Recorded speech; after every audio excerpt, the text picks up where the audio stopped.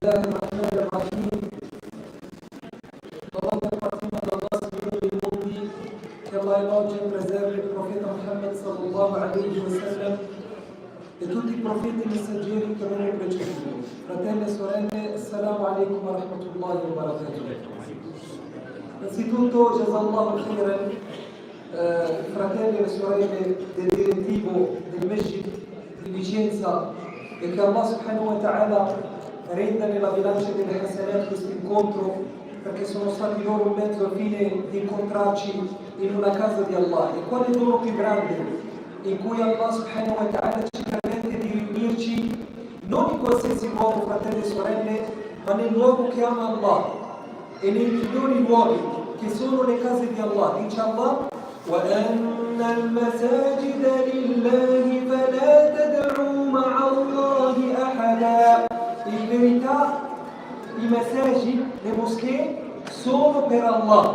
Quindi noi siamo dentro la casa di Allah e di conseguenza siamo ospiti di Allah subhanahu wa ta'ala. E secondo voi, e voi conoscete anche la nostra tradizione, quando arriva di solito un ospite, cosa è richiesto a colui che ospita l'ospite? Di essere generoso nei suoi confronti.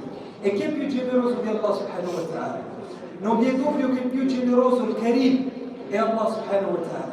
E sappiate che fa parte della sua generosità che quando un gruppo di musulmani si riuniscono in una delle case di Allah per apprendere le sue parole, e ciò che li ha portati qua, e Allah conosce le intenzioni, è quello di imparare ciò che ha illustrato Allah e ciò che ha illustrato il profeta ﷺ, non vi è ombra di dubbio che Allah ha illustrato che ci circondano gli angeli e che fa scendere la sua misericordia su di noi e che fa scendere sui nostri cuori sakina, e che Allah subhanahu wa ta'ala ci ricorda presso di Lui con i nostri stessi nomi, come è stato riportato nel hadith, che Allah ti cita con il tuo nome presso il Mala' al-A'la, in quel luogo dove ci sono gli angeli. E oltre ciò, alla fine della seduta dice Allah: Qumu maghfuran lakum, alzatevi, ho perdonato i vostri peccati. Che Allah subhanahu wa ta'ala perdoni i nostri peccati e ci renda tra i suoi servi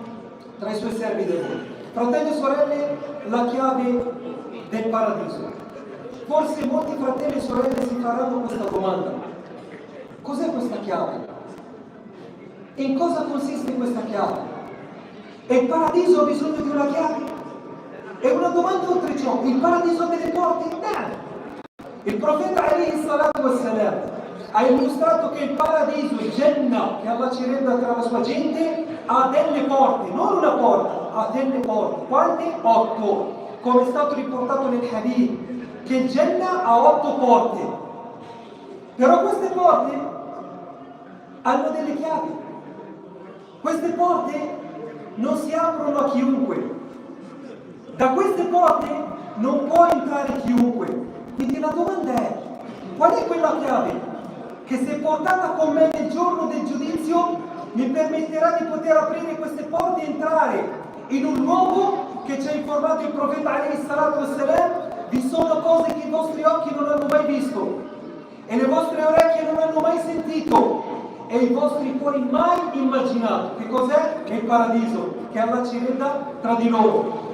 Il luogo che ha illustrato il profeta ﷺ, essendo che il paradiso è a livelli, l'ultimo livello del paradiso, l'ultimo uomo che entrerà in paradiso avrà 10 volte ciò che ha avuto la persona in questa vita. L'ultimo è il Firdaus al-A'la, che è il livello più alto. Cosa avrà? Che Allah subhanahu wa ta'ala ci renda tra di loro. E ognuno di noi vorrebbe essere tra gli abitanti del paradiso. Ma sappi, fratello e sorella, che questo non è solo un desiderio.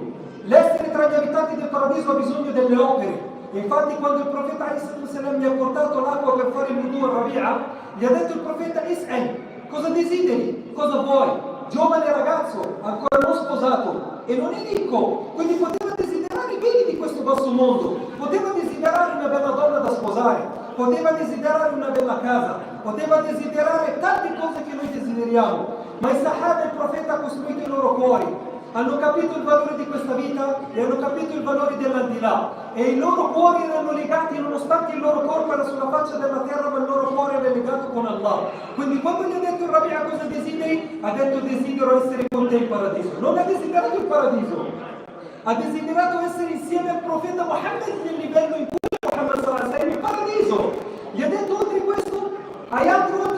No, questo. Allora gli ha detto fai tanti sujud, aiuta su di te facendo tanti sujud. E da qua si è risaputo e hanno estrapolato i sapienti che il paradiso ha bisogno di opere. Fratello Yunus, qual è la chiave del paradiso? Noi vogliamo essere tra gli abitanti del paradiso e vogliamo entrare dietro il profeta Muhammad sallallahu alaihi wasallam in paradiso, ma qual è questa chiave? Ha detto il profeta alaihi salatu wassalam nel hadith di Mu'adh ibn Jabal, e questo hadith lo ha riportato l'imam Ahmed, ha detto alaihi salatu wassalam, la chiave del paradiso è la ilaha illallah. Questo hadith è debole, la sua catena di trasmissione è debole, da'if, però hanno detto i sapienti è debole dal punto di vista della catena di trasmissione per i suoi uomini, però il significato è vero. Perché il suo significato è vero? Perché ci sono altri ahadith che presi in generale, che sono autentici, dimostrano che nessuno entrerà in paradiso finché non pronuncerà questa frase e non crederà in questa frase e non opererà con questa frase. Tra questi prove che dimostrano ciò, ha detto il profeta alaihi salatu wassalam che saranno le sue ultime parole, la ilaha, al fine che pronuncerà con la sua lingua la parola, la frase la ilaha illallah. Allora questo dimostra che questa è una buona fine e che questo bi'idhnillah entrerà in paradiso. Perché? Perché se la sua parola è stata la ilaha illallah come ultima, e quindi avrà con lui questa chiave che gli aprirà la porta verso il paradiso.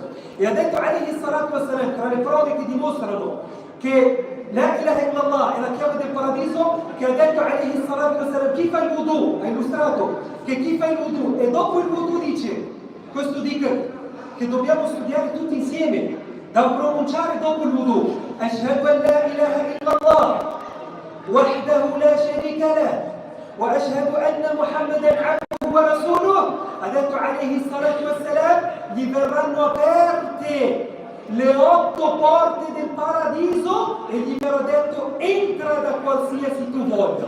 Allahu Akbar. Perché? Gli sono state aperte non una, non due, 8 porte del paradiso, tutte 8 porte spalancate davanti a lui. Perché? Perché ha testimoniato, ha portato questa grande chiave che apre tutte le porte del paradiso, che è ashhadu an la ilaha illallah wa ashhadu anna muhammadan abduhu wa rasuluh.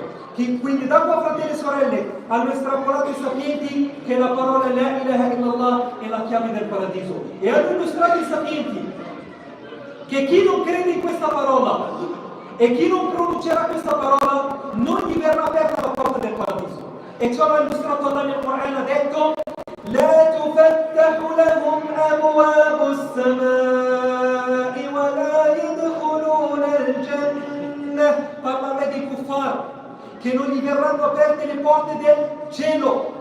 Quando muore l'anima, quando muore della persona, c'è un viaggio che fa l'anima prima di essere seppellito. C'è un viaggio che fa l'anima del credente e l'anima del miscredente. L'anima del credente, quando muore, sale quest'anima, come ha illustrato il profeta nel hadith del Bara ibn Azib, che sale quest'anima dopo che l'ha presa Malak al-Maut, e poi l'hanno presa gli altri angeli che sono in gruppo davanti a lui e l'hanno avvolta intorno a un kafan del paradiso e hanno posto su quest'anima un profumo del paradiso. Sale quest'anima. Dove sale? Fino al primo cielo. Poi gli viene aperta la porta del primo cielo e poi la porta del secondo cielo. Ci sono delle porte in cielo?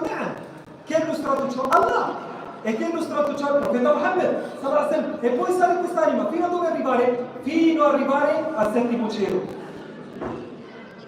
E poi ritorna quando viene seppellito.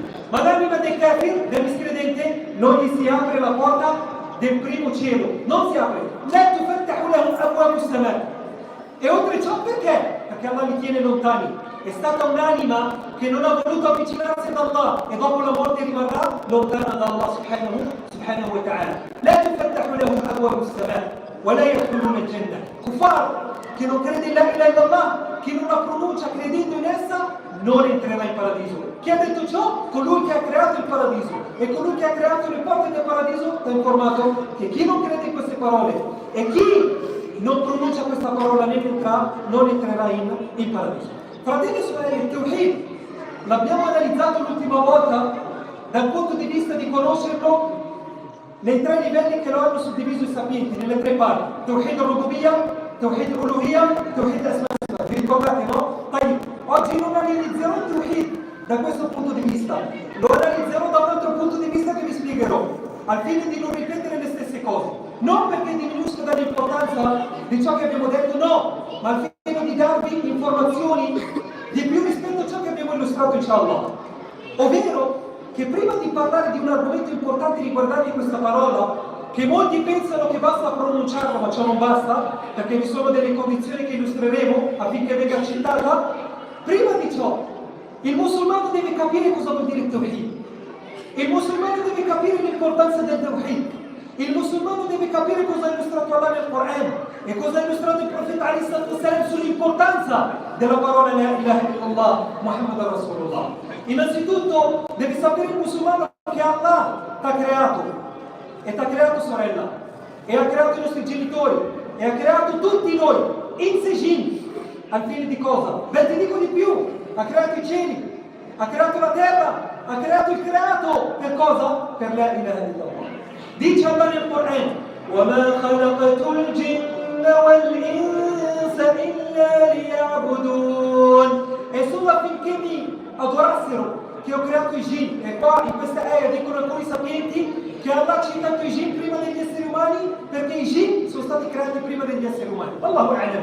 Al-Muhim, Allah ha creato i jinn e ha creato gli esseri umani per un solo scopo, non per deliziarci di questa vita, no, ti ha creato, fratello e sorella, con un unico scopo: adorarlo. E i sapienti dicono ya'budun ay yuwahhidun, perché tu devi adorare Allah mettendo in pratica il Tawhid, perché la prima adorazione che devi mettere in pratica è adorare solo Allah, perché la parola La ilaha illallah vuol dire adorare solo Allah, pregare solo Allah, sacrificare solo per Allah, e questo è il Tawhid, e questa è la base della nostra adorazione. Quindi Allah ti ha creato per questo scopo, ma l'ha creato tutta la creazione per questa parola, per mettere in pratica questa frase, ovvero La ilaha illallah. E sappi, fratello e sorella, che La ilaha illallah è il diritto di Allah.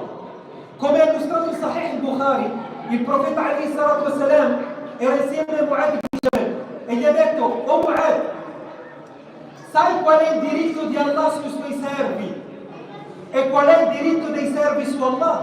Ha detto: "Allah wa rasuluhu a'lam." Qual è il diritto di Allah? Ha detto alayhi salatu wassalam: "An ya'buduhu wa la yushriku bihi shay'a." Adorare Allah e non associargli nulla, che vuol dire La ilaha illallah. La parola La ilaha illallah significa adorare solo Allah e non associare a lui nessun'altra divinità falsa. E questo è il significato di La ilaha illallah. Quindi il diritto di Allah è La ilaha illallah, adorare solo lui. E sai qual è il diritto nostro su Allah? Ha detto Mu'adh, Allah wa rasuluhu a'lam, ha detto alayhi salatu wassalam che Allah non ci punisce se noi lo adoriamo e noi gli associamo nulla. Allahu Akbar. Tu hai una garanzia che Allah non ti punirà, che Allah non ti farà entrare all'inferno se lo adorerai e se non cadrai nel shirk. Chi ti ha informato di ciò? Il profeta Muhammad sallallahu alaihi wasallam, che è il tuo diritto su Allah, che non ti punirà, nel senso non ti farà entrare in paradiso, non ti punirà in questa vita, non ti punirà in tomba, non ti punirà nell'aldilà se metterai in pratica la parola La ilaha illallah. Quindi chi non mette in pratica la parola La ilaha illallah non ha una garanzia di non essere punito da parte di Allah subhanahu wa ta'ala. Quindi La ilaha illallah è il diritto di Allah su di noi, il primo diritto, quello di adorarlo. Quindi il musulmano deve sapere che questo è il motivo per cui lo ha creato Allah e che questo è il diritto di Allah su di noi e che avrà la garanzia che Allah non lo punirà se lui lo adorerà e non gli associerà nulla. E vi dico di più, fratelli e sorelle, il motivo per cui Allah ha inviato i messaggeri è per chiamare questa parola. E il motivo per cui Allah ha fatto scendere i Kutub, che sia il Quran, o che sia l'Injil, il Vangelo, o che sia Zabur, o che sia Taurat su Musa, tutti, il motivo per cui Allah ha fatto scendere i libri e ha inviato i messaggeri è per chiamare La ilaha illallah e al fine di perfezionare questa parola che è La ilaha illallah. Dice Allah: وَلَقَدْ بَعَثْنَا فِي كُلِّ أُمَّةٍ رَسُولًا أَنِ اعْبُدُوا اللَّهَ وَاجْتَنِبُوا الطَّاغُوتَ. Dice Allah: abbiamo inviato in ogni comunità un messaggero. Qual è il suo scopo? Che informi la sua comunità di adorare Allah. Solo? No! Wajtanibu taghut. Allontanatevi dal taghut. Che cos'è il taghut? Che cos'è il taghut? Hanno detto i sapienti, il taghut è tutto ciò che viene adorato al di fuori di Allah. Tutte queste divinità che vedete che vengono adorate al di fuori di Allah sono taghut, tawarit. Gli idoli, le statue che vengono adorate al di fuori di Allah, taghut. Gli esseri umani che vengono adorati al di fuori di Allah, taghut. Gli animali che vengono adorati come divinità, mucche, topi che essi siano, taghut. I governanti che vengono adorati al di fuori di Allah, taghut. Shayatin che vengono adorati al di fuori di Allah, i pii e i devoti che vengono presi come divinità al di fuori di Allah, gli angeli che vengono adorati al di fuori di Allah, tutti questi rientrano nel taghut. E Allah subhanahu wa ta'ala ha inviato i messaggeri affinché chiamasse ogni comunità come primo messaggero: adorate Allah e allontanatevi da tutto ciò che viene adorato di fuori di Allah. Infatti il profeta Muhammad alayhi salatu wassalam, quando Allah subhanahu wa ta'ala lo ha fatto diventare il messaggero, il primo messaggio che ha portato il suo popolo nel periodo meccano è stato: Ya qawm, dite la ilaha illallah. O gente, dite la ilaha illallah. Per 13 anni si è concentrato su questa da'wah, non che a Medina non ha più chiamato Tawhid, no, ma la concentrazione principale a Mecca è stata chiamare il suo popolo a la ilaha illallah, a perfezionare la ilaha illallah, che vuol dire adorare Allah e tralasciare queste divinità, queste statue false che circondavano la Kaaba, circa 360 statue che Kuffar Quraysh adoravano al di fuori di Allah. Dovete dissociarvi da esse. Dovete credere fermamente che queste sono statue create da voi, non nuociono e non ne beneficerete da loro, ma sono divinità false. Chi è il vero Dio? Chi vi crea? Chi provvede a voi? Chi ascolta le vostre invocazioni? È Allah subhanahu wa ta'ala. E Allah ha fatto scendere il Quran e tutti i precedenti libri celesti proprio per chiamare il Tawhid. Leggete il Quran. Tutto il Quran chiama ad adorare Allah, dalle sure più piccole alle sure più grandi.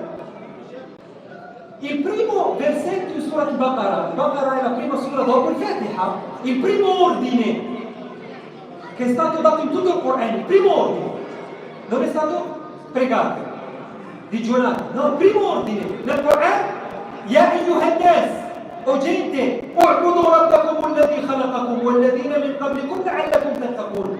O gente, adorate il vostro Signore che vi ha creato. Chi? Allah. Il primo ordine: adorate Allah. E il primo divieto in tutto il Quran: allontanatevi dal shirk. Allontanatevi dal shirk. وَلَا تَجْعَلُوا لِلَّهِ أَنْدَادًا. Non rendete Allah con simili, associati. E quindi il primo ordine è Tawhid, adorare Allah. E così tutto il Quran. Surat Ikhlas, Qul Huwallahu Ahad. Unico che deve essere adorato, unico nel suo genere, unico nei suoi nomi, unico nei suoi attributi. Allahu Allahu Ahad, Allahu Samad, non ha necessità di nessuno. Tutti noi, anche coloro che non credono in Allah, hanno bisogno di Allah. Vogliono o non vogliono? Tutti noi abbiamo bisogno di respirare, tutti noi abbiamo bisogno di mangiare, tutti noi abbiamo bisogno di bere. Questa è la terra di Allah. E questo siamo sotto il cielo di Allah. E questi sono i doni di Allah. Vuoi o non vuoi? Sei sotto il suo regno e dentro il suo regno subhanahu wa ta'ala. Allah Samad, lui non ha bisogno di nessuno e tutti noi abbiamo bisogno di lui. La miele di quella miule non ha un figlio e non è stato generato subhanahu wa ta'ala. Wa lam yakun lahu kufuwan ahad. E nessuno è uguale a lui. Questo è Tawhid. E poi è arrivato Surat al-Kafirun. Qul ya ayyuhal kafirun la a'budu ma ta'budun. Mi dissocio da tutto ciò che adorate al fuori di Allah. Tutto questo è kufr, è miscredenza. Queste statue, o questi dei, o tutte queste divinità. Dhalika bi anna Allah huwa al-haqq. Questo perché Allah è la verità, il vero Dio che ti ha creato e che provvede a te, degno di essere adorato. E tutto ciò che viene adorato al fuori di Allah è solo divinità falsa. Quindi Allah ha inviato i messaggeri e ha fatto scendere i libri al fine di chiamare a questo importante messaggio e a questa chiave, per donarti questa chiave che ti aprirà le porte al paradiso. È illustrato il profeta alayhi salatu wassalam, che questa frase, che la ilaha illallah, è il miglior dhikr. Voi sapete che tra le migliori adorazioni nell'Islam ricordare Allah, col akar. Subhanallah, alhamdulillah, la ilaha illallah, Allah akbar, la hawla wa quwwata illa billah. Ogni frase ha una ricompensa specifica, però il miglior dhikr è la ilaha illallah. Ha detto alayhi salatu wassalam, il miglior dhikr è la ilaha illallah e la migliore invocazione è alhamdulillah. E ha riportato in un altro hadith che il miglior dua è il dua del giorno di Arafah. E ha detto, la migliore frase che ho detto io e i messaggeri che mi hanno preceduto, quindi non c'è frase migliore di questa, che ha citato il profeta Muhammad e che hanno citato i messaggeri prima di lui.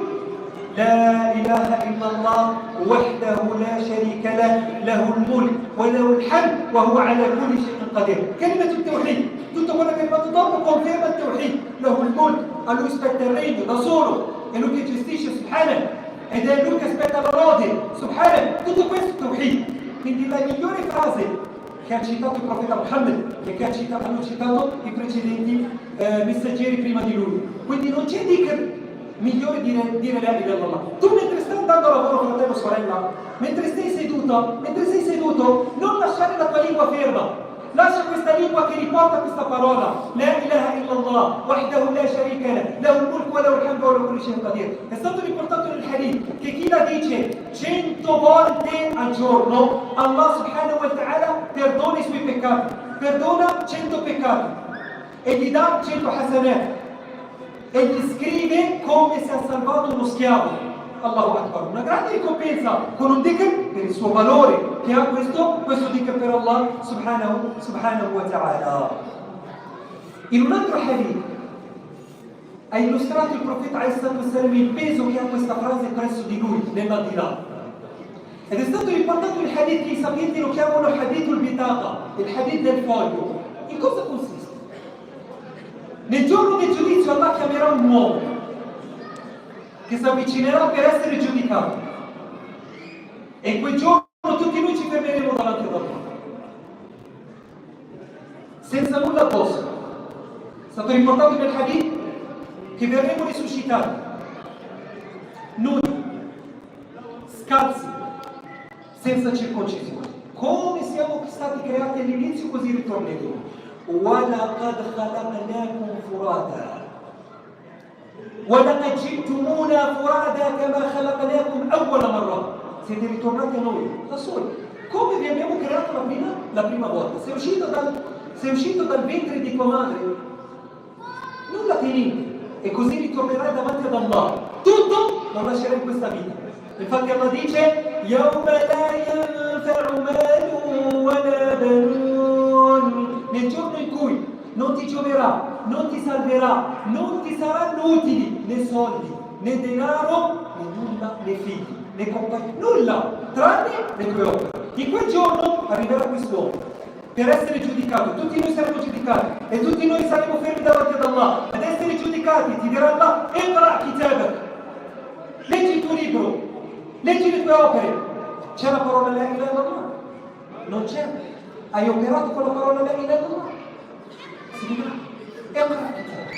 Arriverà quest'uomo e si troverà quest'uomo 99 libri, tutti di peccati, 99. Ed è stato riportato nel hadith Med al-Basar, ogni libro ha la grandezza del tuo sguardo, libri grandissimi, pieni di peccati. E Allah subhanahu wa ta'ala li porrà in un piatto della bilancia. E nel giorno del giudizio ci sarà una bilancia. E questa bilancia ha due piatti su cui verranno pesate le opere dei servi. Tutto questo perché? Allah non ha bisogno della bilancia, né di pesare le opere. Tutto questo per te. Il libro serve a te e la bilancia serve a te, al fine di non pensare che se caso mai entri all'inferno è per colpa di Allah. Hasha billah. Al fine di dimostrarti che per colpa tua, Iqra kitabak, leggi il tuo libro. Infatti Allah dirà a quest'uomo: Adhalamaka, sono stati ingiusti nei tuoi confronti i malaika che hanno scritto? 99 libri pieni di peccati, na'am, in privato, in pubblico, non hai fatto la salat, non hai letto il Quran, hai maltrattato i genitori, peccati su peccati, ce li siamo dimenticati, ma Allah te li ricorderà. فمن يعمل مثقال ذرة خيرا يره ومن يعمل مثقال ذرة شرا يره. Anche il minimo di bene e anche il minimo peccato lo vedrai. La donna io. Quest'uomo si avvicinerà e vedrà 99 libri sopra il piatto dei peccati e gli dirà Allah: a qualche hasana? No. Dirà no. C'è una hasana. Oggi non saremo ingiusti con te, anche il minimo. E porterà Allah subhanahu wa ta'ala un foglio, bitaqa, un foglio. In questo foglio cosa c'è scritto? La ilaha illallah. E dirà quest'uomo: 99 libri. E un foglio? Cosa vuoi che faccia nella bilancia un foglio rispetto a 99 libri di peccati? Verrà posto questo foglio sul piatto della bilancia, peserà il piatto con la pagina o con il foglio di La ilaha illallah e saliranno invece i libri che i 99 libri con i peccati. Il foglio con La ilaha illallah peserà di più di questi libri, 99 libri, perché la yadkhulu ma'a ismillahi shay. Nulla pesa di più della parola, della frase la ilaha illallah. Però questa frase la ilaha illallah l'ha detta con il cuore e ci ha creduto e non ha avuto dubbi, e per quello che ha basato nel bilancio. Ovviamente i sapienti dicono questo per qualche persona, non per tutti. Non è che tutti quelli che fanno peccati possono fare i peccati, no. Questo non è il hadith che chiama i peccati, no. Questo hadith cosa illustra, fratelli e sorelle? Illustra il peso che ha la parola la ilaha illallah nel giorno del giudizio. Disse Sufyan ibn Uyayna: non vi è un dono più grande che ha donato Allah al servo migliore di avergli donato la ilaha illallah. Wallahi, fratelli e sorelle, non vi è un dono più grande. E i doni di Allah sono immensi, sono tanti, ma non vi è un dono più grande dell'averci creato musulmani. C'è un dono più grande? Wallahi non c'è. Wallahi non c'è. Chi Allah gli ha donato tutto tranne la parola la ilaha illallah non ha avuto nulla. E chi Allah gli ha donato la ilaha illallah e non gli ha donato nulla, solo questa parola, ha preso tutto. È il dono più grande. Come ha detto Sufyan ibn Uyayna radiyallahu anhu wa ardah. Cosa desideri di più? Hai la chiave del paradiso, che tu sia povera, o che non sia bello, o che non sia bello, o che non hai quello che desideri di ricchezza, o che hai una determinata malattia, o che non trovi lavoro, ma Allah ti ha creato musulmano. Allah ti ha creato che ti prosterni all'unico vero Dio. Non ti ha creato che ti prosterni alle mucche, o ai topi, o agli animali, o a un essere umano, o ti prosterni ad Allah, l'unico vero Dio. Cosa vuoi dire? Questo sarà la tua chiave per il paradiso. Cosa desideri, fratello e sorella? Wallahi, la ni'ma più grande. La ni'ma più grande, quindi è richiesto a noi che il giovane musulmano comprenda il valore di questa frase e ringrazia Allah giorno e notte per la ni'ma della parola la ilaha illallah, di averci creato musulmani, perché wallahi la ilaha illallah, se vivrai tutta la tua vita prosternato ad Allah in sujud, non arriverai mai a ringraziarlo per il dono di averti creato musulmano e di averti creato come persona che crede in questa frase. Sono stati creati angeli che sono prosternati da quando li ha creati Allah fino al giorno del giudizio, e quando gli verrà ordinato di alzarsi da questa prosternazione diranno: Subhanak, ma abadnaka hatta ibadatik. Gloria a te, Allah, non ti abbiamo adorato come ti dovevamo adorare. Fratelli e sorelle, abbiamo compreso che la porta del paradiso, la sua chiave è la ilaha illallah. Però dobbiamo capire una cosa molto importante, che non chiunque dice la ilaha illallah aprirà questa porta. Perché? Perché voi ben sapete che ogni chiave cosa? Ha dei denti. Se tu porterai la chiave con i giusti denti, allora è una chiave che ti aprirà, come la porta di casa tua. Tu hai tante chiavi del garage, della macchina, della porta di casa tua. Prova a prendere le chiavi del garage e aprire le porte di casa tua, non si aprirà mai. Perché? Perché i denti della chiave non sono uguali. Le porte del paradiso, questa chiave ha dei denti. Non qualsiasi chiave aprirà. Molti porteranno delle chiavi ma non si aprirà. Quindi non chiunque porterà la ilaha illallah hanno i giusti denti per aprire. Infatti ha illustrato Wahb ibn Munabbih, che è un sapiente tra i tabi'in, ha detto, gli è stato detto, non è mica la chiave del paradiso la ilaha illallah. Ha detto sì, è vero che la chiave del paradiso è la ilaha illallah, però ha detto Wahb, ogni chiave ha dei denti. Se porterai la chiave con i giusti denti ti verrà aperto, se no non ti verrà aperto. Quindi questa chiave, fratelli e sorelle, ha dei denti. Quali sono questi denti? Questi sono i denti che chiamano i sapienti shurutu la ilaha illallah, le condizioni di la ilaha illallah. E questo dimostra, fratelli e sorelle, che non chiunque dice la ilaha illallah entrerà in paradiso. Ad esempio, voi sapete che il periodo medinese, dietro il profeta Muhammad, chi pregavano? Il monafico, gli ipocriti, dicevano la ilaha illallah. Lo dicevano ad alta voce ed erano insieme al profeta Muhammad. Però Allah ha illustrato che saranno fi darki al-asfali min an-nar, saranno nel piano più sotterraneo dell'inferno. Gli ipocriti, nonostante hanno detto la ilaha illallah. Quindi la questione non è pronunciare, non è dire, no, vi sono delle condizioni affinché questa testimonianza o questa frase venga accettata presso Allah, che sono i denti della chiave, che è la chiave del paradiso. Adesso barakallahu fikum, l'argomento è abbastanza tosto, vi chiedo circa 20 minuti, mezz'oretta di rimanere con me concentrati, perché se voi non metterete in pratica questi denti che vi citerò adesso, sappiate che la ilaha illallah non vi gioverà e non vi servirà nulla.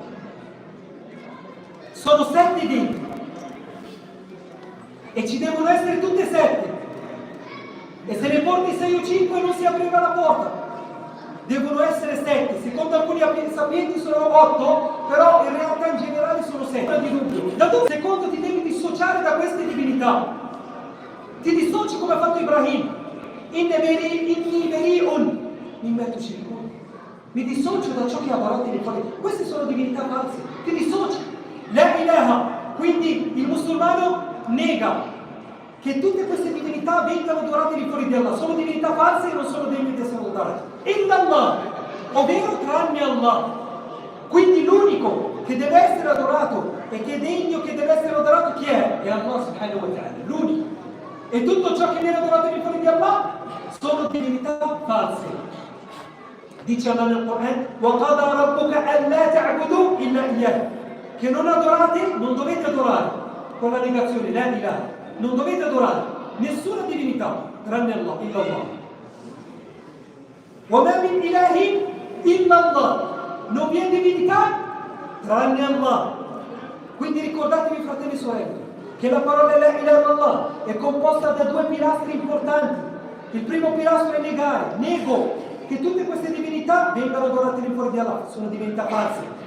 E affermo che cosa? Che l'unico che devo io adorare è Allah. Questo è il significato di la ilaha illallah. Infatti il profeta Muhammad, quando ha chiamato Kuffar Quraysh a la ilaha illallah, perché si sono rifiutati? Voi pensate che Kuffar Quraysh non credevano in Allah? No, credevano in Allah. Abu Jahl sapeva che c'era Allah. Mushrikin Quraysh sapevano che c'era Allah. Infatti Allah dice nel Quran: وَلَئِنْ سَأَلْتَهُمْ مَنْ خَلَقَ السَّمَاوَاتِ وَالْأَرْضَ. Se chiede a Kuffar Quraysh chi ha creato il cielo e la terra, cosa diranno? Allah. Quindi Kuffar Quraysh sanno che il creatore è Allah e credono in Allah. Ma il problema dov'è? Che loro non si sono voluti dissociare dall'adorare le statue. Quindi loro adoravano anche le statue. Quindi qua non hanno messo in pratica la ilaha. Adoravano Allah e adoravano le statue. Questo è shirk. Questo è shirk. No, tu devi negare. Quando il profeta gli ha detto dite la ilaha illallah, che vuol dire la ilaha, che queste statue sono false. Dovete distruggerle. Dovete cancellarle dai vostri cuori. dovete farli uscire dai vostri cuori. Sono divinità false, sono statue. E poi affermare che l'unico che deve essere adorato è Allah. Prego solo Allah, invoco solo Allah. Qul inna salati, la mia preghiera, wa nusuki, il mio sacrificio degli animali, wa mahyaya, la mia vita, wa mamati, la mia morte, per chi? Lillah, l'unico, la sharika lah, l'unico che non deve essere associato con lui nessuno. Questo è il significato di la ilaha illallah, dissociarsi da tutto quello che è shirk e affermare che l'unico che deve essere adorato è Allah. Questo è il significato di la ilaha illallah.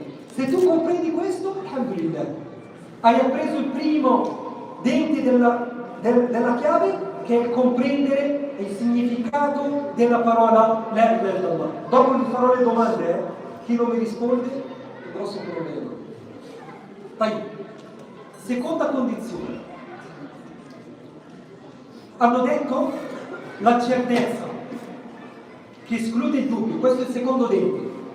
La certezza che esclude il dubbio, nel senso che tu devi credere in questa parola dopo che hai capito il suo significato, che l'unico che deve essere adorato è Allah, e tutte queste divinità sono false, non devo adorarle, ma lo devi fare, devi crederci con certezza, nel senso non devi avere un minimo dubbio che è l'unico che devi adorare Allah. E non devi avere un minimo dubbio che queste statue o queste adorazioni che vengono adorate lì fuori di Allah sono false. Non devi dubitare. E qua abbiamo un problema. Molti shabab, giovani, dubitano. Ma forse anche i cristiani sono sulla verità. Forse anche gli ebrei sono sulla verità. Forse tutte le religioni monoteistiche sono vere, dicono il vero. Di Mosè Babubra. Chi dice questa frase non ha compreso la parola la ilaha illallah, non ha compreso nulla dell'Islam. Fratelli e sorelle, dobbiamo credere fermamente che l'unico vero Dio è Allah, e tutto ciò che viene adorato di fuori di Lui divinità false. Lo devi avere come certezza che l'unica religione che accetta Allah nel giorno giudizio è l'Islam, e chiunque porti qualche religione oltre l'Islam verrà rigettata. Dice Allah: وَمَنْ يَبْتَغِ غَيْرَ الْإِسْلَامِ دِينًا فَلَنْ يُقْبَلَ مِنْهُ, non verrà mai accettato. وَهُوَ فِي الْآخِرَةِ مِنَ الْخَاسِرِينَ, e sarà questa persona che porterà come religione oltre l'Islam nel giorno giudizio tra i perdenti. Perché? Perché ha portato una religione che non è l'Islam, che non è il Tawhid, è caduto nel shirk. Quindi come può il musulmano pensare che forse c'è qualche altra religione oltre l'Islam che sia vera? No! Non devi dubitare minimamente, ma devi essere certo che l'unico vero creatore è Allah, e che l'unico che gestisce il mondo è Allah, e che non c'è un Dio con Lui, e che nessuno gestisce l'universo se non Allah, e colui che crea Allah, e colui che deve essere adorato è Allah, e che tutto ciò al di fuori di Allah sono divinità false. Non devi dubitare. Dice Allah nel Corano, qual è la prova?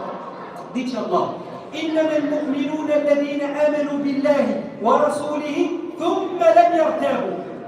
In verità i veri credenti chi sono? Coloro che credono in Allah e nel suo messaggero senza dubitare. Senza dubitare. E ha illustrato il profeta alaihi salatu wassalam che chi testimonierà che non vi è divinità degna di essere adorata lì fuori di Allah e che Muhammad è il suo messaggero, senza dubitare, quindi con certezza col suo cuore, senza dubitare, entrerà in paradiso. Quindi chi dubita? No, sì, c'è Allah, però potrebbe esserci un altro Dio, potrebbe esserci un altro libro vero oltre il Corano. Questo non ha perfezionato il secondo dente della chiave, quindi la chiave non aprirà. Quindi fratello e sorella, primo, conoscere il significato di la ilaha illallah.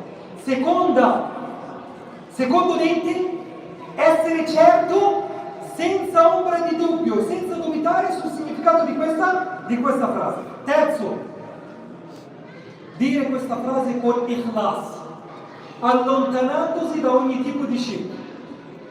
Dire questa frase con ikhlas, dire questa frase per compiacere Allah. E quindi se tu dici la ilaha illallah, di conseguenza cosa vuol dire? Che tutte le adorazioni che fai le devi fare per compiacere Allah. Non basta solo adorare. Nell'adorazione può entrare shirk, tu puoi anche pregare, ma potresti pregare non per Allah, pregare per tuo padre perché è presente in moschea, La sorella mettere il velo non lo mette per Allah, lo mette perché c'è delle amiche che mettono il velo e così via. Potrebbe uno sacrificare un animale, non lo fa per Allah perché è un'adorazione e sacrificio, e quindi lo fa per qualcuno oltre Allah, come viene fatto per i morti, Adreha, i morti che vengono fatti nei luoghi secondo alcuni dove ci sono dei figli, dei devoti, e sacrificano per il wali. Questo è shirk. Quindi tu stai facendo un'adorazione non per Allah. Dice Allah nel Quran, in una sura che tutti voi conoscete, وَمَا أُمِرُوا إِلَّا لِيَعْبُدُوا اللَّهَ, giusto? Quindi Allah ci ha ordinato di adorarlo, basta? Allah ti ha ordinato di adorarlo. Ma come ti ha ordinato di adorarlo? مُخْلِصِينَ لَهُ. Ti ha ordinato di adorarlo, non basta adorarlo con ikhlas. Vuol dire che tu devi fare questa adorazione per compiacere Allah, che questa adorazione è tutta per Allah. Prego per Allah, vengo in moschea per Allah, do ai poveri per Allah. إِنَّمَا نُطْعِمُكُمْ لِوَجْهِ اللَّهِ لَا نُرِيدُ مِنكُمْ جَزَاءً وَلَا شُكُورًا. Tutto il mio operato è per Allah. Preghiera, vita, tutto quello che faccio, digiuno, hajj, non vado perché affinché la gente mi dica solo hajj, non vado alla umrah affinché la gente mi dica hai fatto umrah e per essere chiamato hajj o mu'tamir. Lo faccio perché dico labbaik Allahumma labbaik. Nella talbiya abbiamo il tawhid, labbaik la sharika. E talbiya vuol dire rispondere al richiamo di Allah, che Allah ti chiama a venire a fare il pellegrinaggio e tu dici labbaik Allahumma labbaik, che rispondi al suo invito e poi cadi nel shirk. Quindi fa parte della parola la ilaha illallah, rendere tutte le nostre adorazioni per Allah. Disse il profeta alaihi salatu wassalam nel hadith Qudsi che Allah dice ana aghna ash-shuraka'i 'an ash-shirk من عمل عملا ليس عليه من عمل عملا أشرك فيه معي غيري تركته وشركه. Che Allah dice chi opera un'opera, qualsiasi opera, in cui associa con me in questa azione qualcun altro, tralascio lui e la sua opera. Vuol dire che ogni opera che non è stata fatta con ikhlas per compiacere Allah da solo verrà rigettata. Infatti Allah dice nel Quran وَقَدِمْنَا إِلَى مَا عَمِلُوا مِنْ عَمَلٍ فَجَعَلْنَاهُ هَبَاءً مَنْثُورًا. Allah prenderà queste opere di questi mushrikeen, tante opere, tipo le opere del munafiqin, che avranno pregato dietro il profeta Muhammad e hanno visto il profeta Muhammad e sono usciti con lui, e nonostante ciò Allah renderà queste opere come polvere dispersa. Perché? Perché non facevano ciò per Allah, non l'hanno fatto con ikhlas, e quindi queste opere verranno rigettate presso Allah subhanahu wa ta'ala. E quindi una dei denti della chiave, operare tutte le nostre adorazioni per compiacere Allah subhanahu wa ta'ala. Quarto dente della chiave del paradiso è as-sidq, la veridicità, che esclude la falsità. Cosa vuol dire la veridicità? Dirla con verità, senza credere che questa frase sia falsa. Cosa vuol dire ciò? Vuol dire che non basta pronunciare la frase la ilaha illallah con la lingua, senza crederci con il cuore, ma tu la devi pronunciare e ci devi credere con il cuore. Quindi ci deve essere una relazione tra ciò che pronunci e ciò in cui credi. Perché se tu pronunci la ilaha illallah ma non ci credi con il cuore, questa frase non ti gioverà nel giorno giudizio come munafiq. E dice Allah subhanahu wa ta'ala وَمِنَ النَّاسِ مَنْ يَقُولُ آمَنَّا بِاللَّهِ وَالْيَوْمِ الْآخِرِ وَمَا هُمْ بِمُؤْمِنِينَ. In Surah Al-Baqarah illustra Allah che vi sono degli uomini che dicono crediamo in Allah, dicono non credo, ma lo dicono. وَمِنَ النَّاسِ مَنْ يَقُولُ آمَنَّا بِاللَّهِ. Vi sono tra le persone che dicono crediamo in Allah e nel giorno giudizio, e Allah dice وَمَا هُمْ بِمُؤْمِنِينَ, ma non sono credenti. Perché? Perché non ci credono con il loro cuore. Quindi questa pronuncia, questa testimonianza con la lingua non gioverà loro nel giorno giudizio. Quindi questa testimonianza con la lingua di la ilaha illallah non gioverà. Quindi se arriva una persona in moschea e vuole abbracciare l'Islam e tu dici dubiti, sulla testimonianza di questo ragazzo che vuole entrare nell'esterno. Hanno detto i sapienti a noi aspetta l'esterno, nel senso che noi non dobbiamo giudicare le persone su ciò che c'è nel cuore. Se viene una persona qua in moschea e ti dice voglio abbracciare l'Islam, a posto. Lui davanti a noi dice Ashhadu an la ilaha illallah, Ashhadu anna Muhammad Rasulullah. Per noi è diventato fratello nell'Islam. Per noi se muore quella persona non l'abbiamo e lo appoggiamo intorno lo appoggiamo nel caffè e preghiamo su di lui e diventa per noi un fratello e lo salutiamo con il saluto dell'Islam, e se si presenta per sposare tua figlia ti è permesso farlo sposare e lo seppelliamo nel cimitero. E potrebbe non aver la detta verità, non è il nostro lavoro, ci aspetta ad Allah. Questo hanno illustrato i sapienti. Quindi non spetta a noi cercare dentro il cuore di questa persona, ma l'ha detta con verità, non l'ha detta con verità, non spetta a noi, perché le intenzioni sono nelle mani di Allah.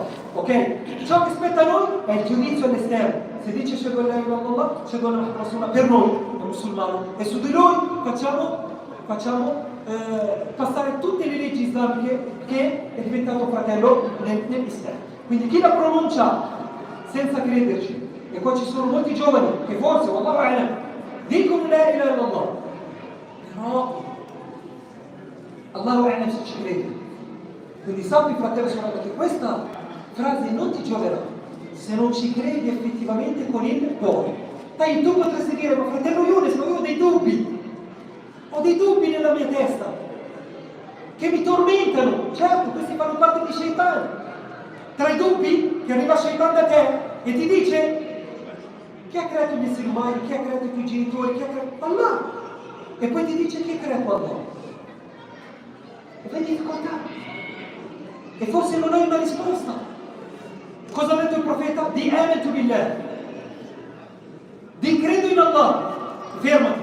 Nel senso, non continuare nel continuare a approfondire questo shirk che ti ha fatto venire Shaitan, perché Shaitan lavora sulla tua aqida, cerca di farti dubitare sulla tua dottrina. Perché? Perché Shaitan sa che la ilaha illallah è la chiave del paradiso e lui non vuole che tu entri in paradiso.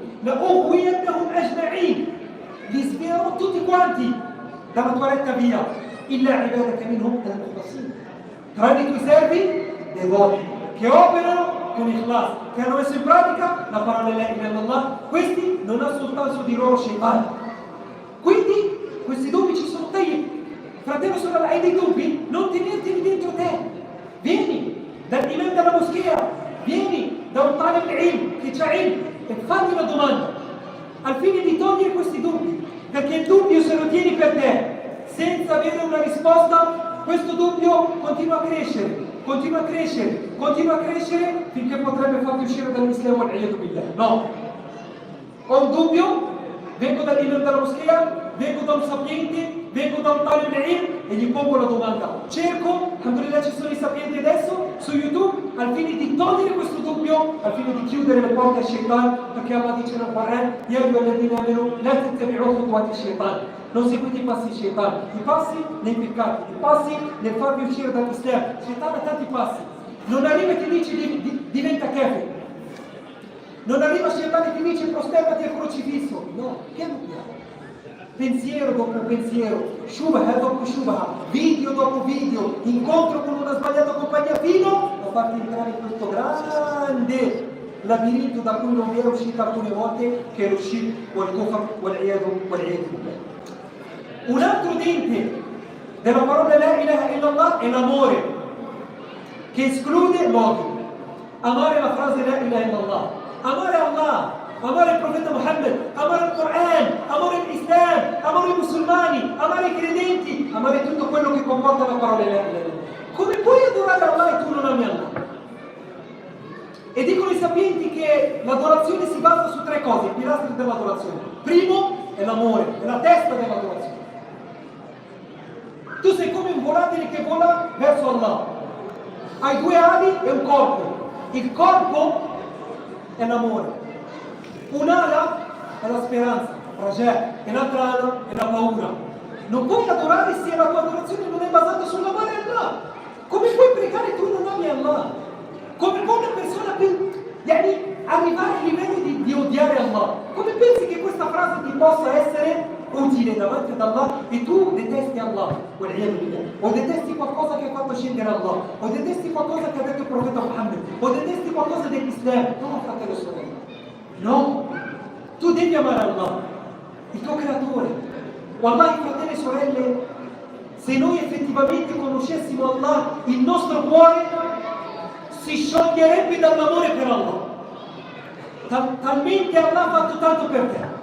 Quante volte hai fatto peccato e nonostante ti ha lasciato ancora in vita? Quante volte con questi occhi hai guardato il haram e hai guardato video haram e Allah è in grado di toglierti la vista, per ti spaccare la terra sotto di te, per farti inghiottire dalla terra? Non l'ha fatto. Perché? Perché ti vuole bene e ti vuole dare tempo. Yuridu Allahu an yatuba alaykum. Allah ha detto: وَرَحْمَتِي وَسِعَتْ كُلَّ شَيْءٍ. La mia misericordia è più vasta di qualsiasi cosa. Ti ha creato per il paradiso. Quando ti ha creato Adam, lo ha fatto entrare in paradiso. Ha creato 8 porte in paradiso per darti le più possibilità possibili per entrare in paradiso. Salat, Quran, Hajj, Umrah, Birrul Walidin, tutte buone opere per sostenerti a entrare in paradiso. Ha reso una hasana, 10 hasanat, fino a 700 volte una hasana. E il peccato lo ha reso un unico peccato, senza duplicare il peccato. Perché? Perché questo non è un Signore degno di essere amato.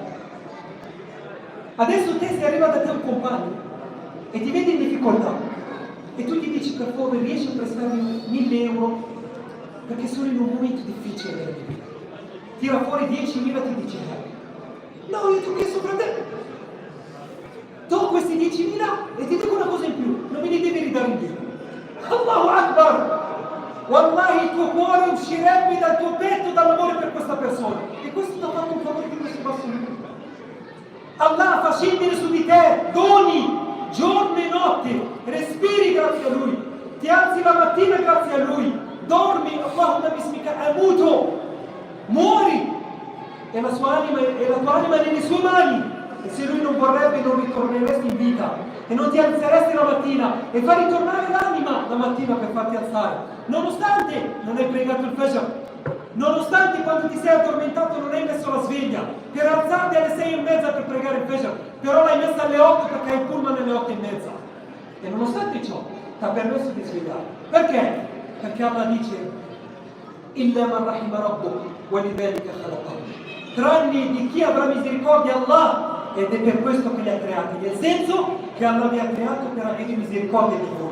Quando c'è stata la donna che cercava suo figlio, quando l'ha perso e quando l'ha ritrovato, l'ha abbracciato e l'ha avvicinato a lei, e il profeta insieme ai Sahaba ha detto: secondo voi questa donna getterebbe suo figlio nel fuoco? E hanno detto: ya Rasulallah, come potrebbe questa donna buttare suo figlio? Una parte di lei, questo amore della madre per il figlio, gettarlo nel fuoco? Ha detto: Allah è più misericordioso dei suoi servi che hanno messo in pratica la ilaha illallah, che si sono prosternati a Lui, che lo hanno lodato, che lo hanno invocato. Allah è più misericordioso dei suoi servi rispetto alla madre con i suoi figli. Se tu sai che ci sarà tua madre a giudicarti nel giorno del giudizio, avrai paura? Avrai paura. Mia madre mi giudicherà? No, va bene. Alhamdulillah. E se senti che Allah che è più misericordioso della tua stessa madre, di cosa ti preoccupi? No, però devi portare questa frase. Devi amare Allah subhanahu wa ta'ala.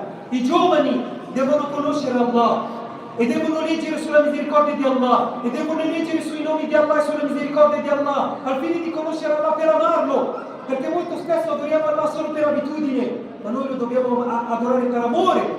I Sahaba cosa gli ha portato a fare Qiyam tutta la notte?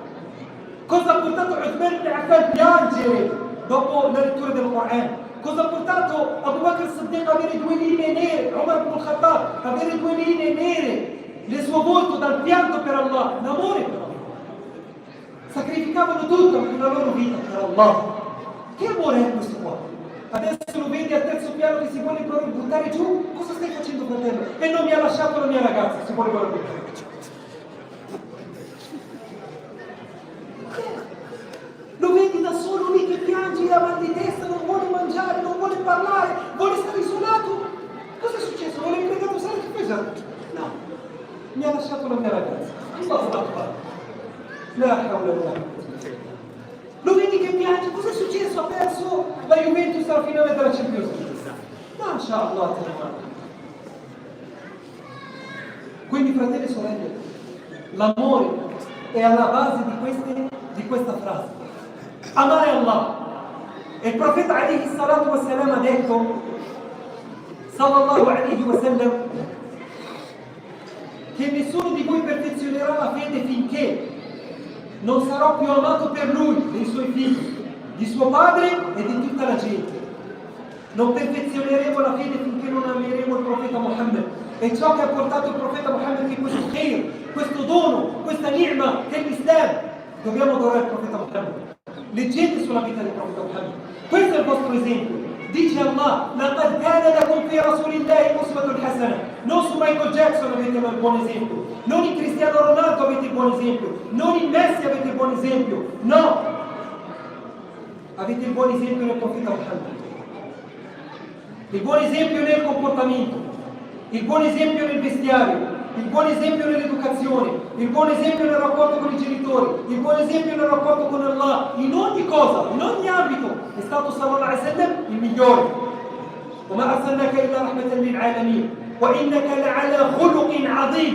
Chi lo dice? Allah. A chi? Il profeta Muhammad. Quindi è richiesto a noi amare la frase la ilaha illallah, amare Allah, e ciò che ha fatto scendere Allah nel Corano. La sorella potrebbe essergli difficile comprendere il perché non può tagliare le sopracciglia. No, potrebbe essere difficile per lei da comprendere. O potrebbe essere difficile alla sorella comprendere perché non può uscire senza velo, o perché non può mettere i jeans fuori di casa, o perché non può profumarsi e uscire fuori di casa. No, potrebbe essere difficile, ma non devi rigettare. Tu, sia che capisca la saggezza, sia che non lo capisca, lo devi accettare. Lo accetto per amore ad Allah. Non lo rigetto. Poi la saggezza ne discutiamo, però lo devi accettare. Con amore. Il digiuno non è facile, però lo accetto. Perché? Perché l'ho ordinato Allah subhanahu wa ta'ala. Quindi devi accettare. Così anche la saletta. Perché? Per amore ad Allah subhanahu wa ta'ala. Velocemente che si avvicina a Salat al-Isha. Poi abbiamo la completa sottomissione ad Allah. Sottomettersi. Che differenza c'è tra questa e la successiva l'accettazione che esclude il rifiuto? Abbiamo la sottomissione, nel senso che tu ti devi sottomettere a ciò che ha ordinato Allah. Agli inqiyam, quello che ti ha ordinato Allah ti devi sottomettere. Quando noi preghiamo, tu poni la parte più alta che ha più valore del tuo corpo, che è la tua testa, la poni a terra.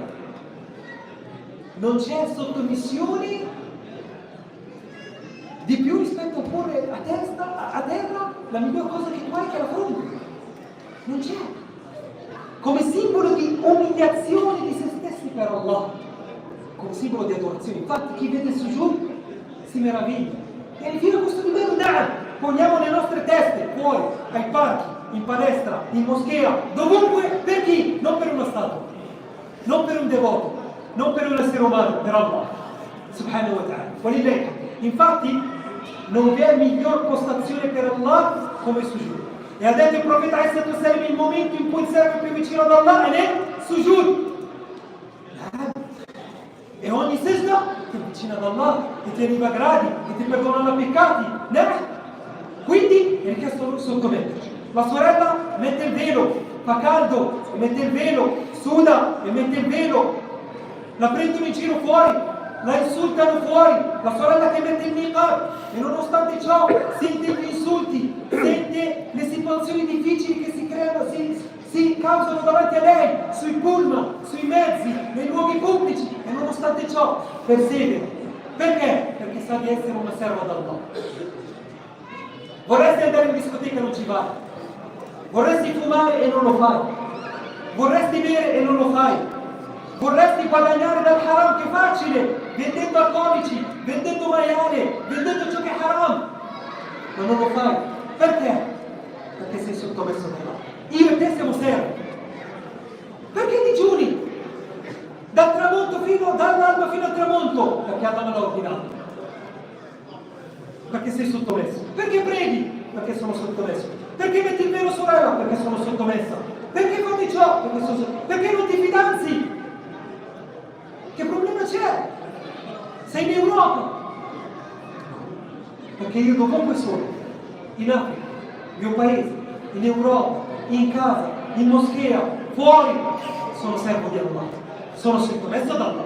Questo significa mettere in pratica la parola La ilaha illallah, che è la sottomissione. Dice Allah in Surat al-Dommeh: chi sottomette il suo volto ad Allah e compie il bene si afferra all'impugnatura più salda. E disse il profeta Muhammad sallallahu alaihi wasallam: non perfezionerete la fede, non perfezionerà qualcuno di voi la fede finché le sue passioni non si sottometteranno a ciò che ho portato. Alle donne piace essere belle e mostrarsi belle, e questa è la natura della donna, abbellirsi, questa è la natura della donna. Però questa bellezza sa la donna che può mostrarla a chi Allah lo ha reso halal, suo marito, può mostrarla in casa sua. Infatti la donna in casa sua con il suo marito può profumarsi, può mettere quello che vuole, non c'è problema, però fuori di casa no, ci sono condizioni e si sottomette a queste condizioni. Perché?